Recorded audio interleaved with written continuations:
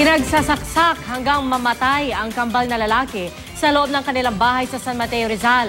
Ang suspect, ang kanilang mismong kuya. Base sa investigasyon, inggit ang posibleng motibo sa pagpatay sa mga biktimang kakagraduate lang bilang cum laude. Nakatutok si Jay Sabale, exclusive.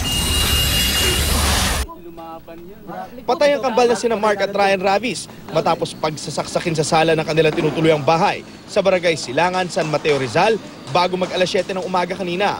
Sa salaysay ni EJ Ravis, kapatid ng mga biktima, natutulog siya sa itaas ng bahay. Pagising daw niya, nakita na niyang patay ang kanyang mga nakababatang kapatid. Wala naman daw siyang napansing kahina-hinala o kaluskus man lang. Maaring magnanakaw daw ang may gawa. Napunta raw kasi sa garahe ang kanilang TV na posibleng tinangkang nakawin. Nagtulog ako. Oo. Pinasok po yung bahay namin. Oo.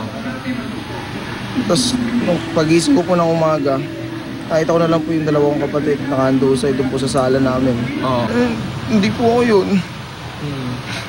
Narinig ko lang po talaga yung sigaw nila. Dapat ako na lang eh. Pero lumalabas sa tactical interrogation ng pulisya na si EJ umano ang posibleng nasa likod ng krimen. Naituro pa nga raw nito kung nasaan ang kutsilyong ginamit. Pinaghihinalaan din ng mga otoridad na gumagamit siya ng shabu. Ang sabi kasi niya na kaya niya man nagawa yung ganon dahil sa inisip niya na ang atensyon ng kanyang mga magulang ay nandun na sa kambal. So nagkakaroon siya ng galit sa sarili niya. Initially, mayroon siya, kaya lang, hindi pa yan magiging ano yan. It's not actually admissible in court yung pag-amin. Not unless na mayroon na siyang legal counsel na mag-alalay sa kanya. Ang kambal na biktima ay kakagraduate lang ng cum laude sa kolehiyo. Consistent honor students ang dalawa mula pagkabata. Minsan naman ho kasi masaya rito, magkakasundo sila eh. Gaya po nung Mother's Day. Sama-sama pa silang nagano sa nanay nila.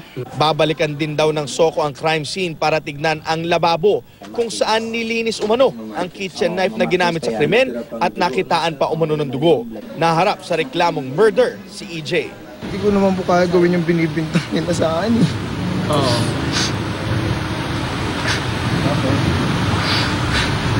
But ano bang binibintang sa'yo? Ako daw po yung pumatay sa kanilang dalawa. Parating naman ngayong gabi ang mga magulang nila mula sa probinsya.